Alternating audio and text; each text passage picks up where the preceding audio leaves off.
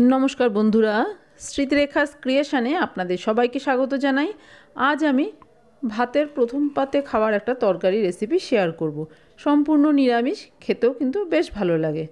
उচ্ছে बा करला देखबेन बाड़ीते अनेकेई पछंद करे ना खेते, किन्तु এই উচ্ছে করলা आमादेर प्रत्येकेरই खाওয়া उचित। आमी आज উচ্ছে दिए এই রান্নাটা করেছি। কিভাবে করেছি সেটাই আপনাদের সাথে শেয়ার করতে এসেছি। আসুন তাহলে দেখে নেওয়া যাক আমার আজকের এই রেসিপি। এখানে বেশ কিছু সবজি কেটে নিয়েছি উচ্ছের দেখুন বীজগুলো আমি বাদ দিয়ে দিয়েছি, তবে আপনারা উচ্ছের বীজ রাখতে পারেন আর উচ্ছের পরিবর্তে করলাও ব্যবহার করতে পারেন। এছাড়াও কিছু সবজি নিয়েছি আলু, পটল, বেগুন, ঝিঙে, কুমড়ো আর ফুলকপি। আমি সব সবজি একটু লম্বা করে কেটে নিয়েছি, আপনারা আপনাদের পছন্দ মতো শেপে কেটে নেবেন। আর কেটে ধুয়ে জল ঝরানোর জন্য স্ট্রেনারে রেখেছি। একটা মিক্সি জারের মধ্যে দিয়ে দিলাম হলুদ সর্ষে, কালো সর্ষে, দিয়ে দিচ্ছি পোস্ত, সামান্য একটু লবণ দিয়ে দিচ্ছি, আর দিয়ে দেব একটা কাঁচা লঙ্কা দু টুকরো করে কেটে নিয়েছি সেটা দিয়ে দিলাম। এবার এই সব কিছু দিয়ে একটা মিহি পেস্ট তৈরি করে নেব। দেখুন পেস্ট রেডি হয়ে গেছে। এবার আমি রান্নাটা শুরু করব। কড়াইটা ভালো করে গরম করে নিয়ে এর মধ্যে আমি দিয়ে দিচ্ছি সর্ষের তেল। রান্নাটা সর্ষের তেলেই করলে কিন্তু খেতে বেশি ভালো লাগবে। তেল গরম হয়ে গেছে। প্রথমেই কয়েকটা বিউলির ডালের বড়ি ভেজে নিচ্ছি। আপনারা এখানে মটর ডালের বড়িও ব্যবহার করতে পারেন, তবে এই সবকটা বড়ি কিন্তু আমি এই রান্নায় দেব না, কিছুটা বড়ি অন্য একটা রান্নায় দেব। একবারেই বড়িগুলো ভেজে নিলাম। বড়ি ভাজতে খুব বেশি সময় লাগবে না, খুব অল্প সময়ে বড়িগুলো ভাজা হয়ে যাবে। বড়ি দেখুন ভাজা হয়ে গেছে। এবার এই বড়িগুলোকে একটা পাত্রে তুলে নিচ্ছি। এবার এই তেলেই বাকি রান্না করে নেব। প্রথমে এই তেলের মধ্যে উচ্ছেগুলো দিয়ে একটু ভেজে নেব। উচ্ছে বেশ লাল করে ভেজে নিলে কিন্তু খেতে অতটা তেতো লাগে না। সামান্য একটু লবণ দিয়ে দিলাম। আমি সবজি কখনোই লবণ হলুদ দিয়ে ভাজি না, তবে উচ্ছেটা একটু লবণ দিয়ে ভাজলে তেতো ভাবটা আমার মনে হয় একটু কমে যাবে। আর বেশ দেখুন লাল করে ভেজে নিয়েছি। এবার এই ভেজে নেওয়া উচ্ছেগুলোকে একটা পাত্রে তুলে নেব।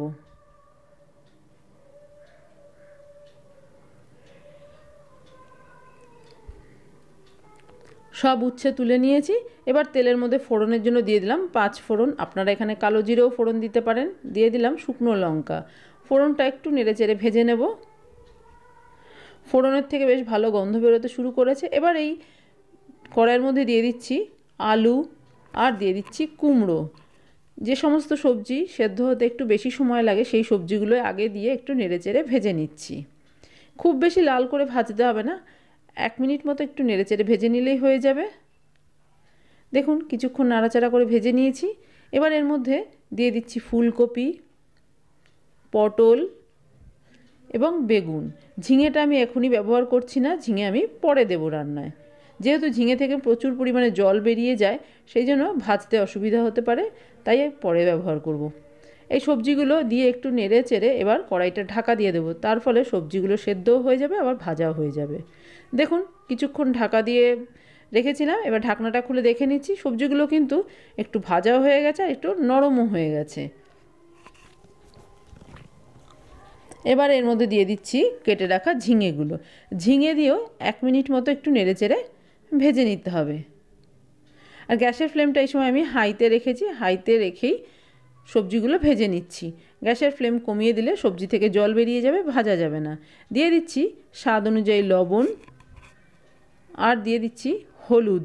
লবণ অবশ্যই খেয়াল করে দেবেন। উচ্ছে ভাজার সময় একটু লবণ ব্যবহার করেছি, আর সর্ষে বাটার সময় কিন্তু একটু লবণের ব্যবহার করেছি, সেই জন্য লবণটা একটু খেয়াল করে দিতে হবে। লবণ হলুদ দিয়ে ভালো করে সবজিগুলো নেড়েচেড়ে নিচ্ছি। আরও কিছুক্ষণ একটু নেড়েচেড়ে ভেজে নেব।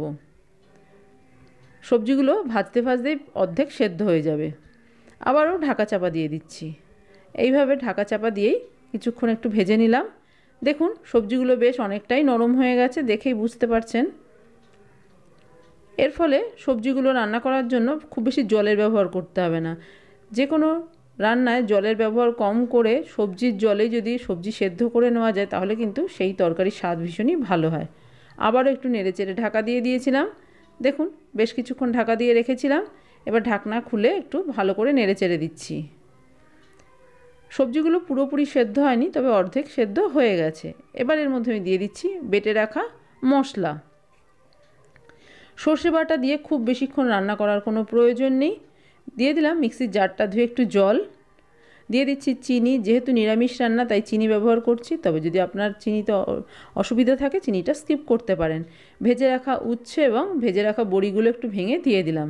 সব কিছু দিয়ে ভালো করে একটু নেড়ে চেড়ে দিচ্ছি। গ্যাসের ফ্লেমটা মিডিয়ামে রেখে বাকি রান্নাটা করে নেব। ভালো করে দেখুন নেড়ে চেড়ে সব কিছু মিশিয়ে দিয়েছি। আবারও কড়াইটা একটু ঢাকা দিয়ে কিছুক্ষণ রান্নাটা হতে দেব।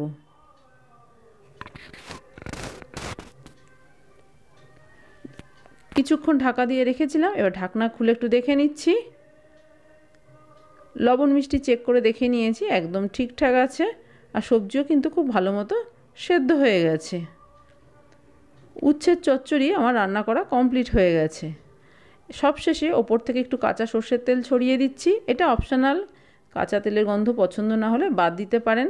তবে আমি একটু সর্ষে বা পোস্ত রান্নায় ওপর থেকে কাঁচা তেল দিই, আমার খুবই ভালো লাগে। গ্যাসের ফ্লেমটা অফ করে দিয়েছি। কাঁচা তেলটা দিয়ে ভালো করে নেড়ে চেড়ে দিয়ে এবার ঢাকা দিয়ে কিছুক্ষণ এইভাবেই রেখে দেবো, তারপরে সার্ভ করে দেবো। তৈরি হয়ে গেছে আমার আজকের নিরামিষ রেসিপি উচ্ছের চচ্চড়ি বা করলার চচ্চড়ি, যেটাই বলুন। খেতে কিন্তু খুব ভালো লাগে, ভাতের সাথে প্রথম পাতে দারুণ লাগে এই ধরনের তরকারি খেতে, আর তেতেও হয় না। তাই বাড়ির সকলেই কিন্তু খেতে আশা করি পছন্দ করবে। আমার আজকের এই নিরামিষ উচ্ছে চচ্চড়ি রেসিপি আপনাদের কেমন লাগলো বাড়িতে করে দেখতে পারেন। ভালো লাগলে একটা লাইক শেয়ার কমেন্ট করবেন। আর আপনি যদি আমার চ্যানেলের নতুন বন্ধু হয়ে থাকেন তাহলে আপনার কাছে একটাই অনুরোধ, আমার চ্যানেলটা সাবস্ক্রাইব করে আমার পাশে থাকার। আপনারা সবাই খুব ভালো থাকবেন। আপনাদের সাথে আমার আবার দেখা হবে অন্য কোনো নতুন ভিডিওতে নতুন কোনো রেসিপির সাথে।